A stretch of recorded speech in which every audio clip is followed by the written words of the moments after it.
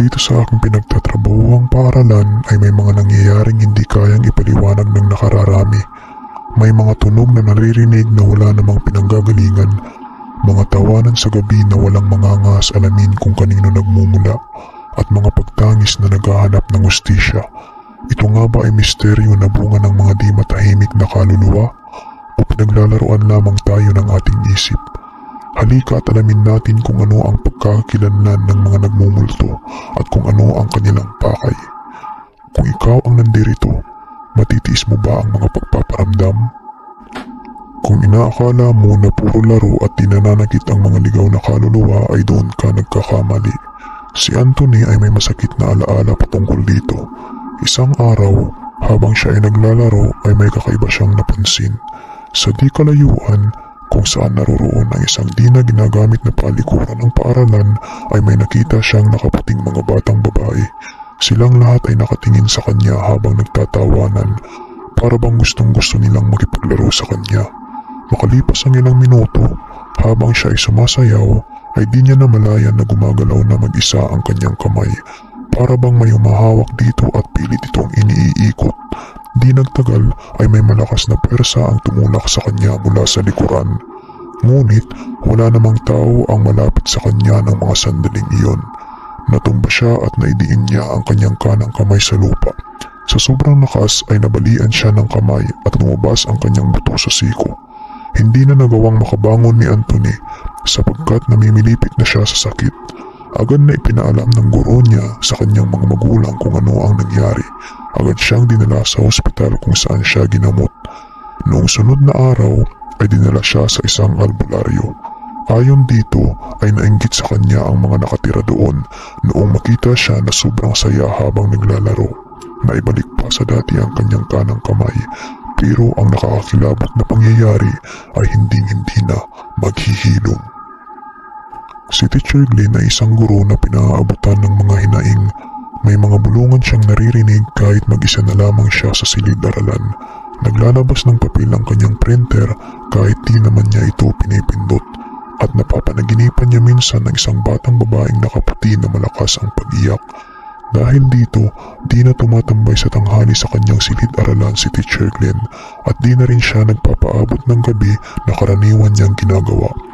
Nag-umpisa to noong unang araw ng klase. Upang maging magkakilala ay nagsusumiti tayo ng kapirasong papel. Nakasaad dito ang ating pangalan at iba pang impormasyon tungkol sa atin. Sa isang silid-aralan, matapos magpapasa ni Sir Glenn ay tinawag na niya isa-isa ang kanyang mga bagong estudyante upang magpakilala. Laking pagtataka niya nang may isang pangalan ang kanyang tinawag na wala namang tumayo. Ilang beses niyang tinawag ang pangalan na nakasulat sa papel, ngunit walang umiimik sa mga naroon na mga mag-aaral. Tiningnan niya ulit ang papel na hawak niya at nang muling tumingin siya sa mga mag-aaral ay nakita niya ang may-ari ng pangalan, nakatayo sa likuran at nakatingin sa kanya. May mahabang buhok at nakasuot ng puting bestida. Pagkurap niya ay bigla itong nawala na parang wala naman talagang naroroon. Sa kaparehong paaralan, nagparamdam din kay Ma'am Lea ang mga ligaw na kaluluwa. Isang araw, nakigamit ng banyo si Ma'am Lea sa kalapit nitong silid-aralan. Dahil tanghali ng mga oras na yon ay walang sino man ang naroroon. Nang nasa loob na siya ng banyo ay may kumatok sa kanyang pintuan. Agad naman siyang nagsabi na naroroon siya. Subalit, hindi tumigil ang pagkatok ng pinto. Bagkus ay mas lumakas pa ito. Kumakalabog na ang pintuan ng banyo at ang isa pa niyang napansin ay may bungis-ngis na nanggagaling sa labas. Pagalit na nagtanong si Ma'am Lea kung sino ang nasa labas. Hindi naman siya binigo nito. Maria, iyon ang sambit ng kanina pang kumakatok na mag-aaral. Pasigaw na sinambit ng guro na walang mudo kung sino man ang gumagawa noon. Nang bubuksan na sana niya ang pinto ng banyo upang masermonan kung sino man iyon, bigla siyang ginulat ng mabalahibong kamay. Ito ay sobrang itim at may nakakasulasok na amoy. Agad na hinawakan siya nito sa kanyang braso at sinusubukan siyang hilahin. Nagsisigaw ang guro habang linalabanan niya ang kamay sa kung saan man siya nito balak dalhin. Makalipas ang ilang segundo ay nawala kung anuman ang nakakapit na kamay sa kanyang braso. Dali-dali siyang lumabas na namumutla. Naabutan niya ang mga mag-aaral at iilang guro na nakarinig sa kanyang sigaw.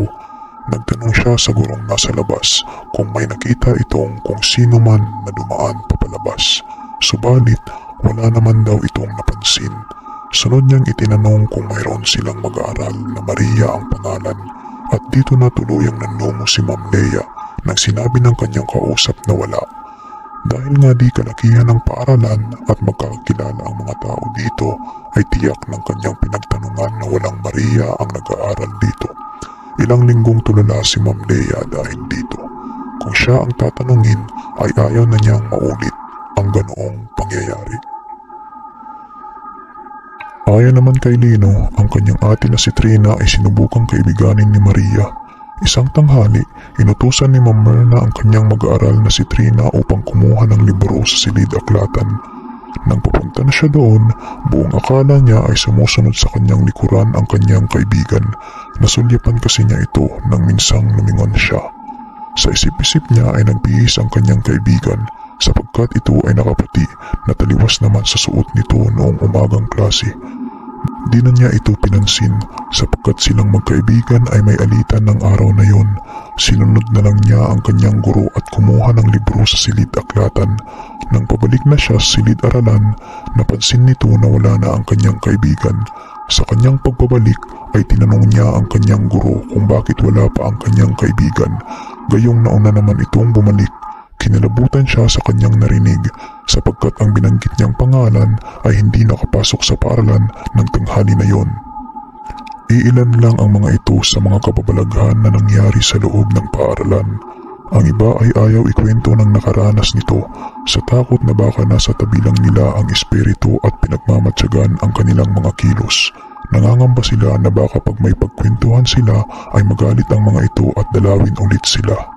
Ang tanong ng karamihan ay kung ano ang pagkakakilanlan ng multo, kung bakit naroon pa siya at hindi matahimik. Ayon sa ilang residente doon ay ito daw ay kaluluwa ng batang babae na di natapos ang kanyang pag-aaral dahil siya ay binuwian ng buhay. Masipag daw mag-aral ang nasabing bata kaya ganun na lamang ang kanyang pagmamahal sa paaralan na kahit binawian na siya ng buhay ay nagawa pa rin niyang pumasok araw-araw. Hanggang ngayon ay nararamdaman pa rin ang kanyang presensya. May mga hagikhikan pa rin na naririnig, tunog ng tumatakbong mga paa at minsan ay nagpapakita sa kanyang gustong kaibiganin. Walang sino man ang makapagsasabi kung kailan matatapos ang kanyang pagpaparamdam at tuluyan na siyang matatahimik. May mga nakakatakot na karanasan din ba kayo sa inyong paaralan? Hanggang sa susunod na kwento. Paalam.